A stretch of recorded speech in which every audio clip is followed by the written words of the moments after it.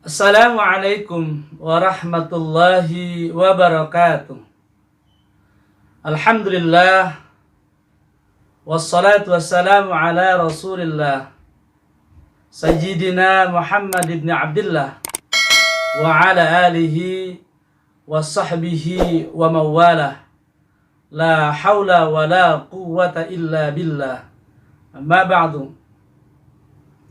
Saudara hadirin, kaum muslimin dan muslimat yang rahmati Allah, para pemirsa dimanapun Anda berada, kaula muda yang sangat saya banggakan dan anak-anak yang saya cintai dan yang saya sayangi. Alhamdulillah, senantiasa kita bersyukur kepada Allah Subhanahu wa Ta'ala atas limpahan nikmat yang telah Allah berikan kepada kita yang begitu banyak. Sampai detik ini kita belum terputus dari nikmatnya, dari rahmatnya yang agung. Salawat dan salam semoga selalu senantiasa terlimpah curah atas junjungan alam baginda Rasulullah Muhammad sallallahu alaihi wasallam, seorang nabi dan rasul yang senantiasa akhlakul karimahnya kita teladani dalam seluruh aspek kehidupan kita. Mudah-mudahan harapan kita kelak di yaumil qiyamah nanti kita akan mendapatkan syafaatul uzma dari Nabi Muhammad sallallahu alaihi wasallam. Saudara hadirin, kaum muslimin dirahmati Allah, kaula muda yang saya banggakan, anak-anak yang saya cintai, yang saya sayangi. Selamat bertemu kembali dengan saya Kang Sae. Kali ini kita akan berjumpa dalam serial atau dalam edisi pelajaran ilmu tajwid. Yuk kita belajar ilmu tajwid agar kita mampu membaca Al-Quran dengan baik dan dengan benar. Saudara hadirin kaum muslimin dirahmati Allah, ilmu tajwid adalah ilmu yang mempelajari tentang kaidah-kaidah agar kita bisa membaca Al-Quran dengan benar, dengan baik. Salah satu yang ada dalam pelajaran ilmu tajwid adalah makharijul huruf. Ya. Pada perjumpaan yang lalu, sekilas pintas, selayang pandang saya sudah sampaikan mengapa kita harus mempelajari makharijul huruf. Ya.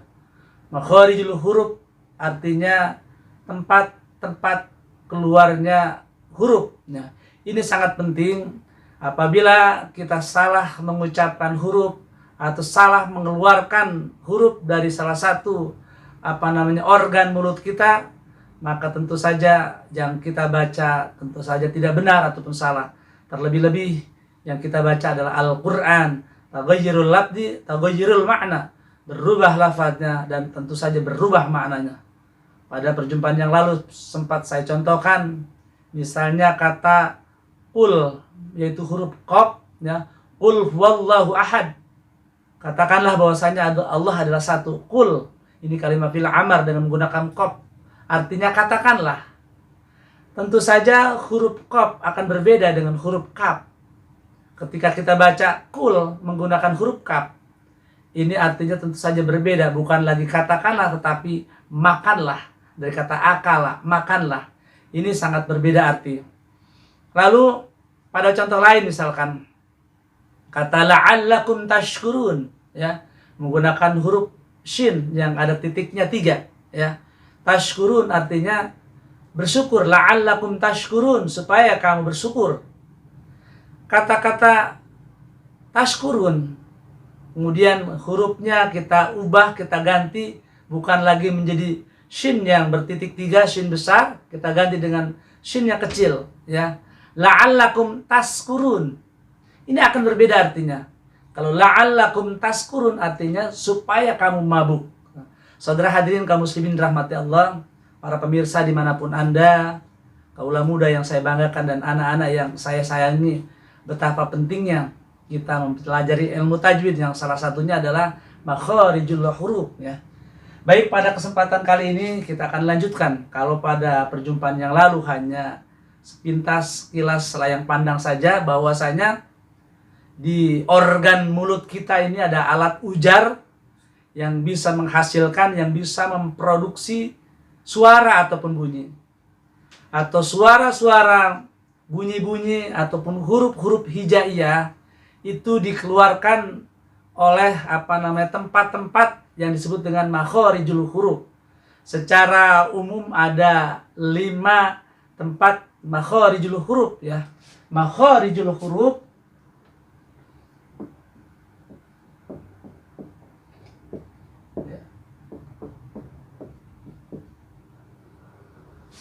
dari kata kharaja artinya keluar, makhraj artinya tempat keluar. Karena ini dalam bentuknya jamak, makharijul huruf, tempat-tempat keluarnya huruf ya.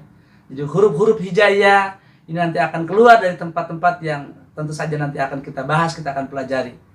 Yang pertama yaitu adalah al-jaub. Al-jaub ini artinya rongga mulut. Lubang mulut yang menganga apabila kita buka, ini adalah al-jaub, rongga mulut. Nah, ada huruf-huruf, bunyi-bunyi yang dikeluarkan oleh rongga mulut, yaitu yang pertama al-jaub ini adalah huruf-huruf mad tabi'i ya. Mad itu artinya bacaan panjang, tapi bacaan panjang ada 2 macam. Ada mad tabi'i, ada mad far'i ya. Tabi'i itu artinya yang panjangnya yang hanya 2 harokat atau 2 ketukan ya. Hurufnya adalah huruf alif, huruf waw, dan huruf ya. Ini adalah huruf-huruf mad. Ini adalah dikeluarkan dari tempat namanya al-jaub. Huruf alif apabila huruf sebelumnya bertanda fathah. Huruf waw apabila huruf sebelumnya, huruf hijaiyah sebelum bertanda dhammah.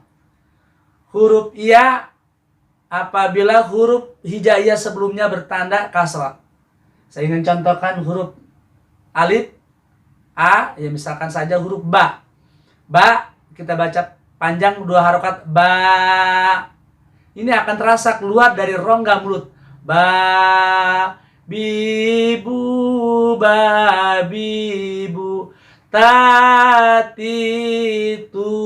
Ini keluar dari rongga mulut. Ya. Ini akan keluar dari rongga mulut. Nah, inilah adalah al-jaub ya. Al-jaub adalah tempat makharijul huruf, yaitu mad tabi'i ya, yaitu alif, waw, dan ya. Alif apabila huruf sebelum bertanda fathah, kemudian waw apabila huruf sebelumnya bertanda dhammah, kemudian ya apabila huruf sebelum bertanda kasrah. Para hadirin kaum muslimin dirahmati Allah, para pemirsa dimanapun Anda, kaula muda yang saya banggakan dan anak-anak yang saya sayangi, anak-anak yang saya cintai, para pencinta Al-Quran yang dirahmati Allah Subhanahu wa Ta'ala. Lalu yang kedua, makharijul huruf, tempat keluarnya huruf-huruf adalah al-halaq. Al-halaq ya, ini adalah rongga tenggorokan.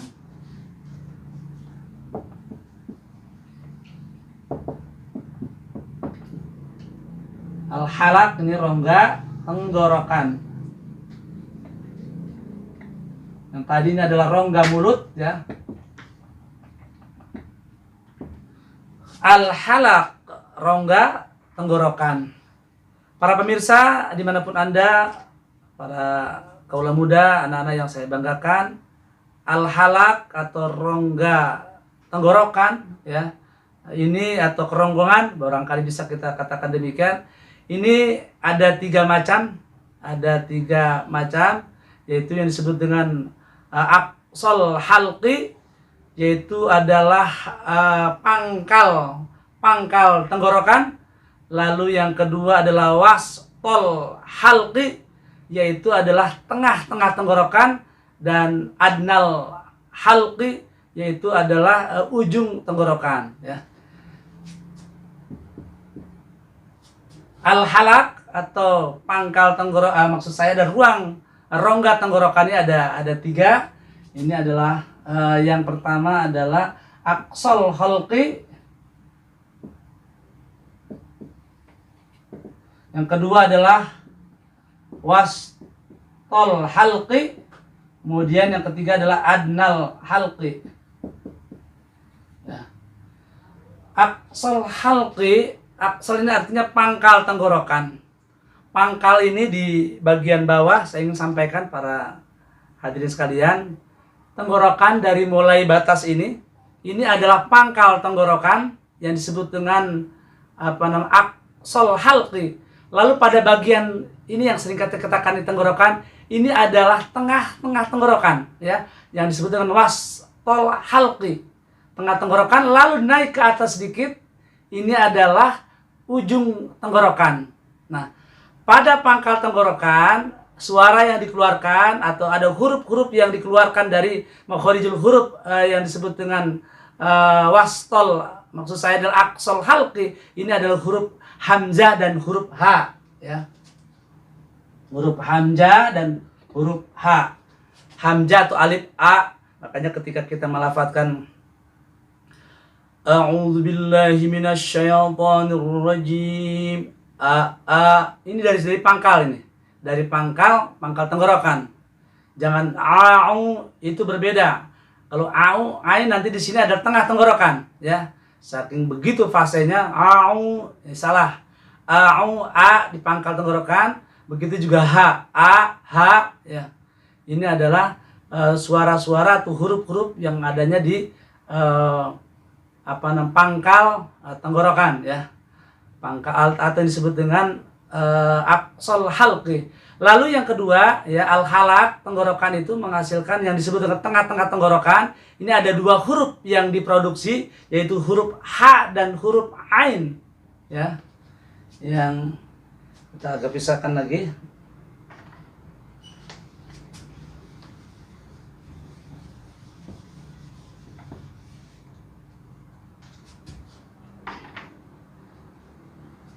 Aqsal halqi, tengah-tengah, maksud saya wastal, ya. Wastal halqi. Ini adalah huruf ain, huruf ha dan huruf ain. Ha dan ain, ya. Nah, ini adalah pas di tengah-tengah tenggorokan. Bismillahirrahmanirrahim. Him, ya. Ain juga di sini di tengah-tengah tenggorokan. An'amta 'alaihim shiratal ladzina an'amta 'alaihim, ya. Ini adalah di tengah-tengah tenggorokan. Ha, kemudian ain, ini adalah tengah-tengah tenggorokan, ya. Lalu nanti ke ujung tenggorokan di bagian atasnya ini, ya. Ini yang dinamakan dengan adnal halqi, ya. Ini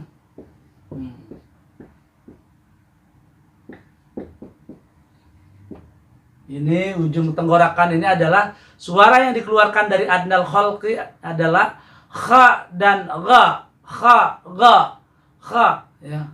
Wabil akhirati walal akhiratu khairul laka minal ula. Kha, khu, gha, ghin, ya.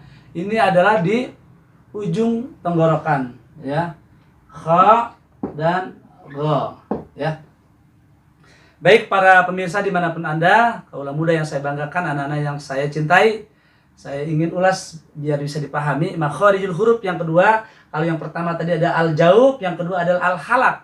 Al-halaq ini adalah rongga tenggorokan atau kerongkongan, ya. Rongga tenggorokan ini ada 3 macam. Aqsal halqi, yaitu pangkal tenggorokan yang hurufnya adalah hamzah dan ha, ya. Kemudian wastal halqi yang hurufnya adalah ha dan ain, ya. Kemudian adnal halqi atau ujung tenggorokan yang hurufnya adalah kha dan gha, ya. Baik para pemirsa dimanapun Anda, para pencinta Al-Quran, kaula muda yang saya banggakan, anak-anak yang saya sayangi, kita akan lanjutkan yang ketiga, ya. Saya hapus saja barangkali bisa dipahami, ya, biar muat tempatnya.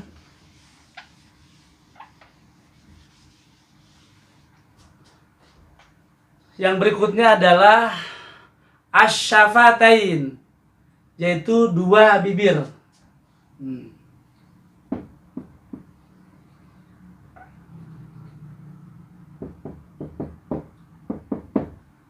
asyafatain, dua bibir ya. Artinya bibir kita ini ada bagian yang atas, bagian yang bawah, makanya asyafatain, dua bibir ya. Asyafatain, dua bibir ini menghasilkan atau memproduksi ada 4 huruf, atau 4 huruf ini keluarnya adalah dari asyafatain, yaitu huruf fa, huruf waw, kemudian huruf mim ya, huruf waw, huruf pa, kemudian huruf ba dan mim gitu. Huruf pa, kemudian huruf waw, kemudian ba dan mim ya. Fa. Ini 4 huruf ini yang tempat keluarnya makhorijul hurufnya adalah asyafatain ya.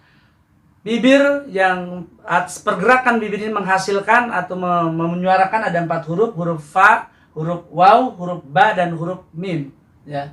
Huruf fa ini adalah dihasilkan oleh 2 bibir. 2 bibir kita yaitu bagian atas dan bagian bawah ya. Fa ketika nanti bagian bibir menyentuh pada gigi seri atas ya. Fa ya. Fa, nanti ini ada beberapa sifat huruf, mungkin pada perjumpaan yang akan datang kita akan bahas juga ya. Setiap huruf selain juga ada makhorijul hurufnya, ini memiliki sifat-sifat huruf ya. Dan juga ingin saya sampaikan kembali bahwa setiap huruf itu akan keluar dari tempat yang berbeda. Kalaupun misalnya asyafatain ini adalah 2 bibir, tetapi ini tentu saja berbeda-beda ya, meskipun ada perbedaan yang sangat relatif tipis ya, tetapi tentu saja ini adalah berbeda. Fa bisa kita contohkan, fa ketika bibir kita yang bawah menyentuh pada gigi seri atas maka akan menimbulkan bunyi fa ya, bukan pa ya, tapi fa ya, ada desisnya fa ya. Lalu waw, ba, mim. Ini ada semuanya daerah dihasilkan oleh 2 bibir asyafatain. Hanya saja ini ada perbedaan ketika menyebut waw dan ba ya. Waw mungkin agak sedikit mulut kita yang sedikit dimonyongkan terbuka waw ya. Waw, kemudian ba pada saat menyebutkan ba ya, ini terbuka. Ba ini dihasilkan oleh 2 bibir juga. Lalu oleh yang keempatnya adalah mim. Perbedaannya kalau mim itu adalah merapatkan asyafatain 2 bibir, yaitu bibir atas dan bibir bawah ya. Saudara hadirin kaum muslimin rahmati Allah, para pemirsa dimanapun Anda, kaula muda yang saya banggakan dan anak-anak yang saya cintai, makhorijul huruf, tempat-tempat keluarnya huruf yang ketiga adalah asyafatain, 2 bibir, yang dari asyafatain yaitu huruf pa, huruf waw, huruf ba dan huruf mim. Saudara hadirin kaum muslimin dirahmati Allah, para pemirsa dimanapun Anda, kaula muda yang saya banggakan, anak-anak yang saya sayangi, kita akan lanjutkan makhorijul huruf yang ketiga. Ini agak banyak ya, yaitu adalah al-lisan. Kita hapus saja ya. Al-lisan artinya adalah lidah. Al-lisan atau lidah ini banyak sekali menghasilkan suara-suara atau huruf-huruf hijaiyah ini banyak dihasilkan dari lisan, dari lidah. Ada 18 huruf yang nanti akan dikeluarkan dari lisan ataupun dari lidah. Mungkin saja ada pertanyaan, mengapa makhorijul huruf, tempat keluarnya huruf yaitu lisan atau lidah lebih banyak daripada asyafatain, lebih banyak daripada al-halaq, al-jaub. Kenapa demikian? Tentu secara akal, secara rasio, ya, secara logika bisa kita jawab bahwasanya karena lisan atau lidah ini banyak sekali melakukan sebuah pergerakan ya. Lisan atau lidah lebih leluasa, banyak bergerak ke kiri, ke ke kanan, ke depan, ke belakang, ke atas, ke bawah. Yang dari pergerakan lisan ini akan menimbulkan bunyi-bunyi ataupun huruf-huruf hijaiyah. Saudara hadirin kaum muslimin rahmati Allah, para pencinta Al-Qur'an, kaula muda yang saya banggakan dan anak-anak yang saya sayangi. Yang keempat dari 4 makhorijul huruf ini adalah al-lisan ya. Lisan.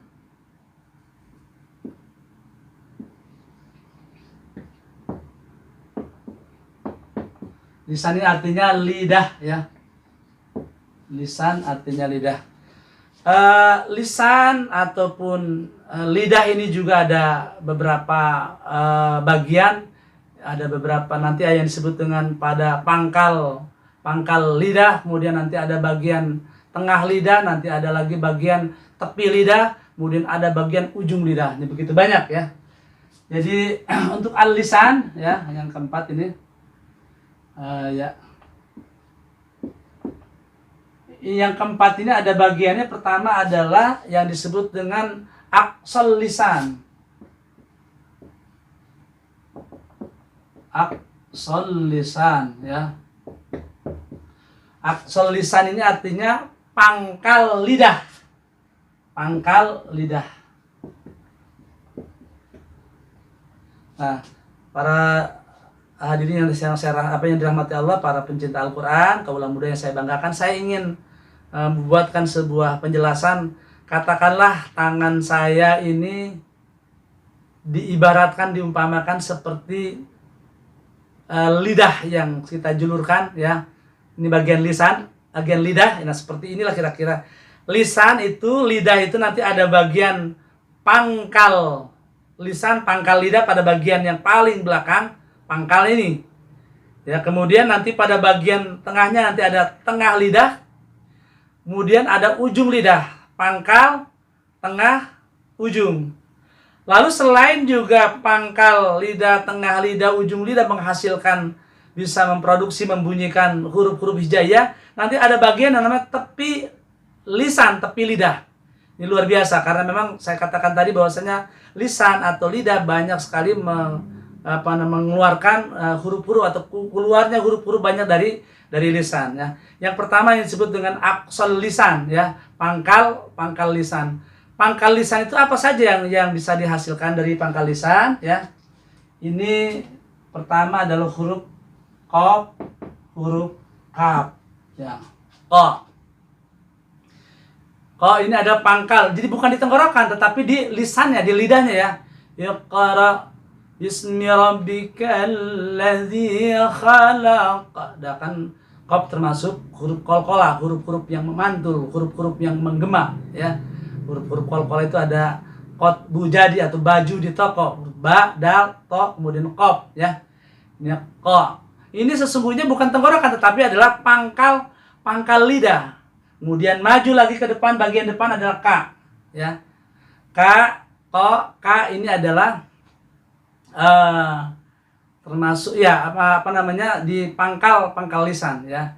Ini barangkali nanti kalau kita untuk melatih suara, ketika tadi misalkan huruf hamzah, makharijul hurufnya a, i, u, ba, u, an, ani, a, na, u, an, ani, a, na, kemudian minal, mu'ni, ma'i, an, ani, a, begitu ya. Kemudian kalau misalkan huruf ka ya, qaqiqu bak ya, qaqiqu bak, kemudian qan qaniqa ya, qan qaniqa, minal muqni, muqiqan qaniqa, begitu ya. Itu adalah latihan-latihan untuk makharijul huruf, tempat keluarnya huruf ya. Kembali kepada aqsal lisan. Aqsal lisan itu artinya pangkal lidah. Di bagian belakang ini pangkalnya huruf qaf ya, huruf qaf dan ya huruf kaf ya. Lalu kita lanjutkan, setelah aqsal lisan, bagian pangkal lisan, nanti ada bagian tengah lisan ya, wastal lisan.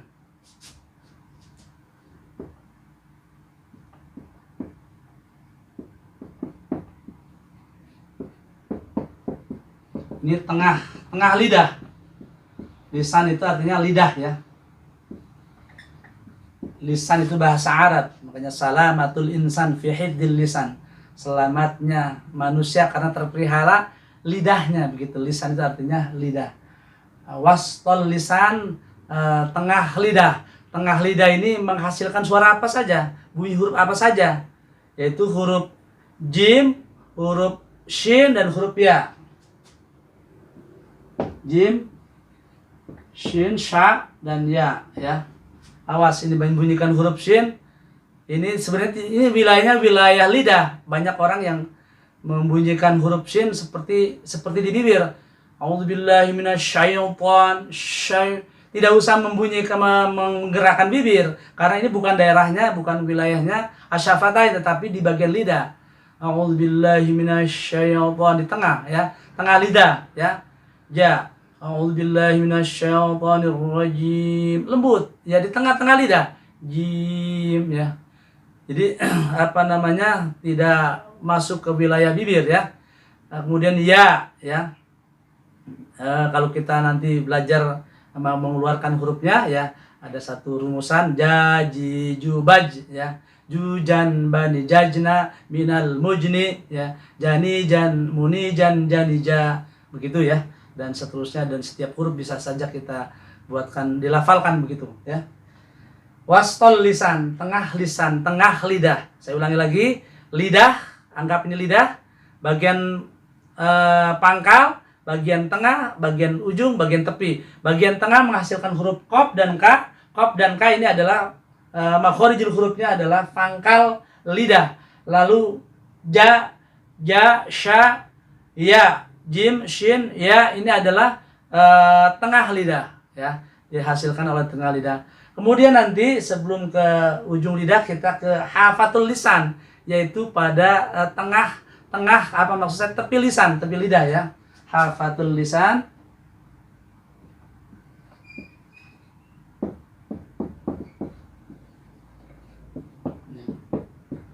Ini tepi. Tepi artinya pinggir, bagian lidah. Ya. Tepi lidah ini ada dua huruf, huruf bo dan huruf la ya, lam ya. Bo dan huruf lam. Ya. Ini pinggir. Boleh nanti pada menyebutkan bo, ini adalah tepi lidah yang kemudian nanti berbenturan dengan, akan berhimpitan dengan geraham. Ghairil maghdubi alaihim waladdallin. Linnya, lamnya itu juga adalah ada di hafatul lisan, di tepi lidah ya. Boleh di bagian kanan, ada yang bagian kiri, tetapi ada juga ada yang kedua-duanya. Yang jelas huruf bo, di du ya, di du ya, di du, bad ya, du dan ya, do ya, ini harus dilatih ya memang. Lalilu ya, ini adalah di do dan la, adanya di tepi lidah atau di hafatul lisan ya.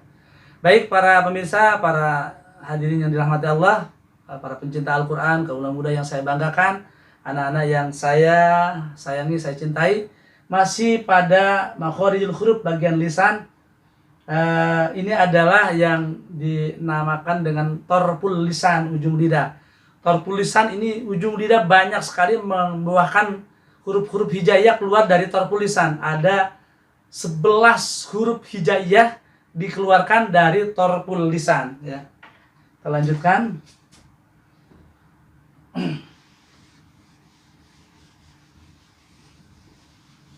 Torpul lisan ini adalah ujung lidah bagian depan. Kalau bagian belakangnya tadi sudah saya sampaikan, ini adalah pangkal lisan, pangkal lidah, bagian tengahnya tengah lidah, tepi lidah, dan pada bagian depannya adalah torpul lisan, ujung lidah. Torpul lisan.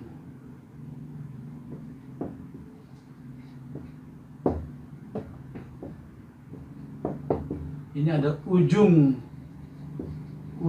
lidah ya.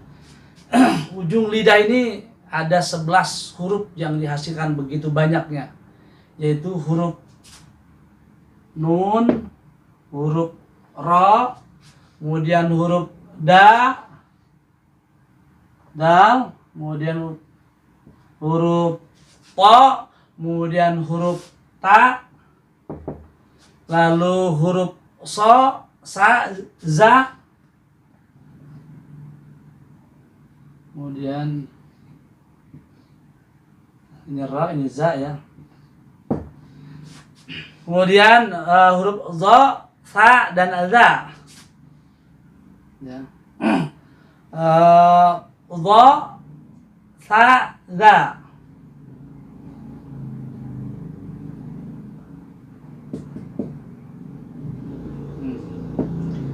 ya. Na, ya.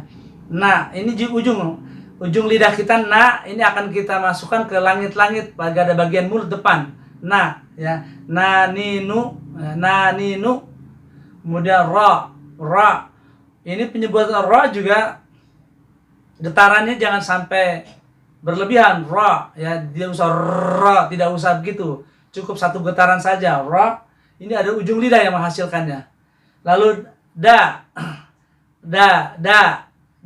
Ini ujung lidah juga. Coba kita rasakan sendiri. Da. Pada saat menyebutkan da, ini ada dihimpitkan ke bagian langit-langit atas, ya. Po, ya. Po termasuk huruf yang memantul, huruf yang menggema ini. Kemudian ta. Ini huruf ta, hati-hati juga, jangan, meskipun ada satu seperti desis, tapi juga jangan berlebihan, ya. Jangan misalnya tabat, sampai berlebihan begitu, ya. Jadi ada satu tidak usah berlebihan, ya. Ta. Ya, ini juga ujung lidah. Kemudian so. Sa.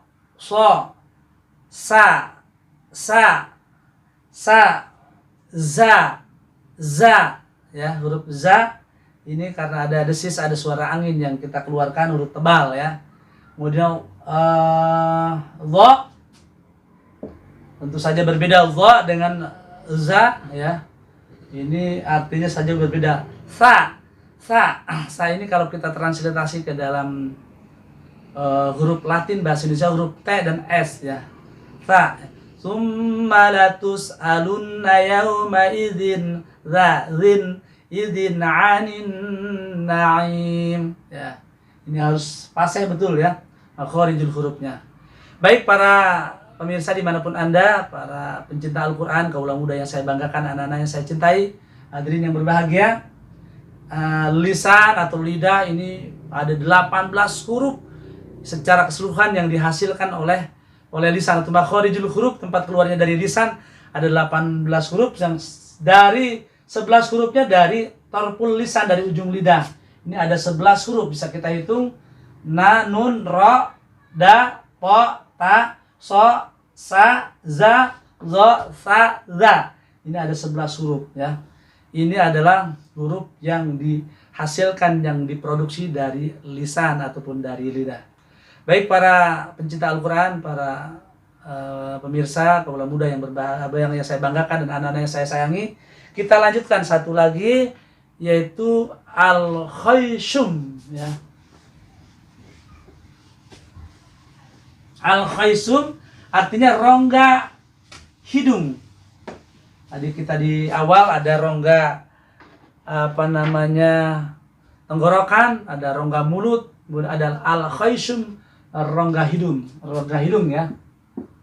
Al-khaysum, ya.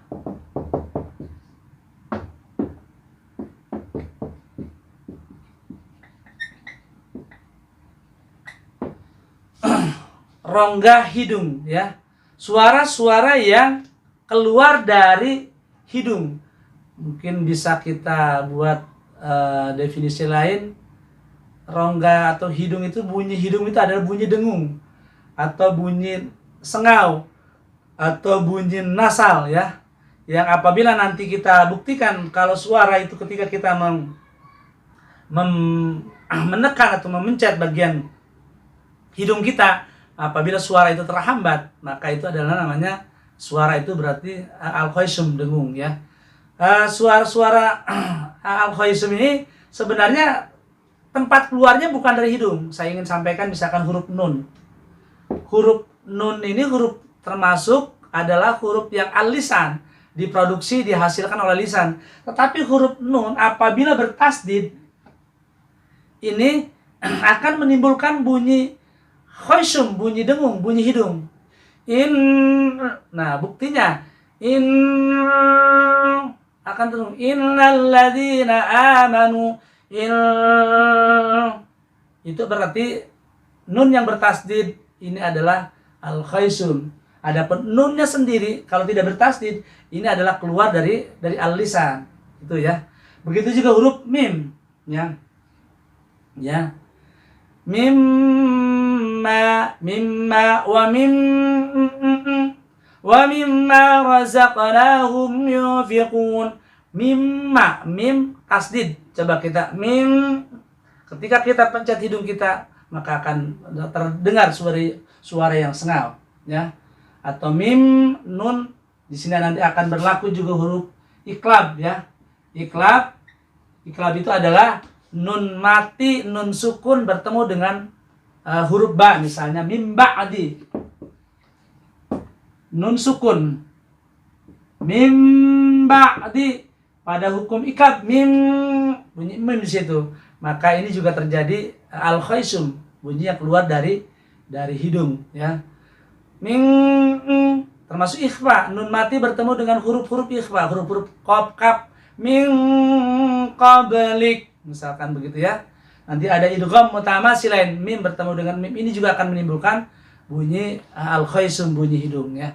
Para jamaah, para pencinta Al-Qur'an yang dirahmati Allah, kaulah muda yang saya banggakan, anak-anak yang saya cintai, al-khaisum ini adalah suara yang keluar dari rongga hidung, di antaranya adalah huruf nun yang apabila bertasdid, huruf mim apabila bertasdid, lalu nanti huruf nun mati, nun sukun bertemu dengan huruf ba, nun mati bertemu dengan huruf-huruf ikhfa, ini akan menimbulkan bunyi hidung, ya. Saya ingin sampaikan lagi, sesungguhnya kalau tidak ada hukum di situ, tidak ada tanda tasdid dan sebagainya, huruf-huruf itu tidak dikeluarkan dari hidung. Tidak ada huruf yang dikeluarkan dari hidung kecuali memang yang saya katakan tadi, ada huruf nun yang bertasdid, mim yang bertasdid, ya. Karena mim itu sendiri ini termasuk asyafatain, ya.